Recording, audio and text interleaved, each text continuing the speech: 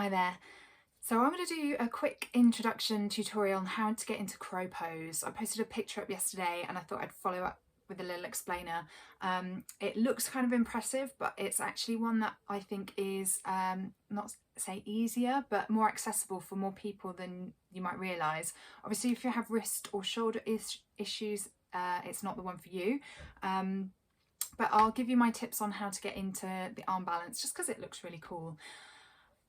The clue is in the name. It's an arm balance. It's a balance pose, so it's not about pure strength and pushing yourself off the floor. It's more to do with finding the right sort of centre of gravity, the tipping point where you can just rest there in that position. It takes some core strength, but mostly it's actually confidence. It's just letting your brain get out of the way so that you can actually get up off the floor. If you're nervous at all, recommend having a cushion available, so you might tip forwards, you'll land, but usually people land back, hip heavy. So I would recommend doing a warm-up. Even if your wrists and shoulders are fully functional, it's probably just sensible to at least spend some time coming down onto the floor, hands and knees, maybe do some down dogs as well, just to warm up the shoulders and the wrists. I'm going to assume you've done that and just explain how to get in. So you want your hands shoulder width apart and you want to bring them right underneath the body. Think of them like claw feet, bird claws, so crow pose, bird pose. You want your thumbs more into the middle, so try not to rotate the hands in too much. Have the middle fingers pointing upwards. Then we're going to bend the elbows and create a little shelf. We want to bring your knees right up high onto the upper arms, up towards the armpits if you can. And to start with, if you are unsure about your wrists being able to take the load, this is one that's good to just stay here and practice just pushing more weight into your hands, but keeping your toes on the floor, so that you just get the sensation of what it's like to kind of be upside down, be with your head so close to the mat.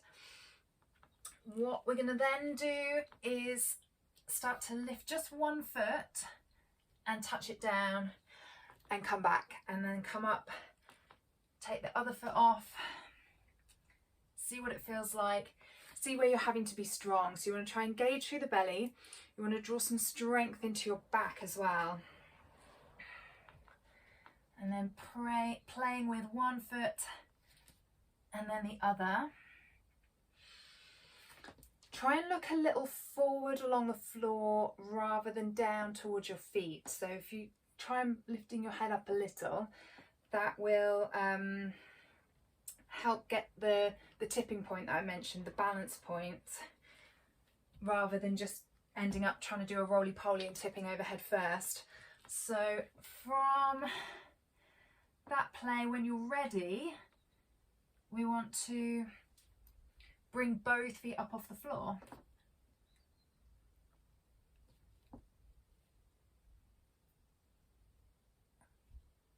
Like so. And some days it's different to others. Some days I can get it for a second and then it just falls out again, and it can feel that in the wrist. So if you're with me, give me a little shake through the wrist to release.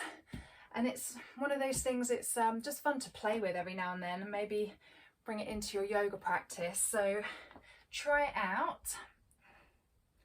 Pushing the floor away, lifting the belly up, eye gaze forward, feet rise.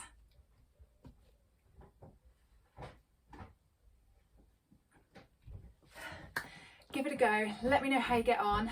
If you're stuck on a particular thing, ask me questions and I'll help as I can.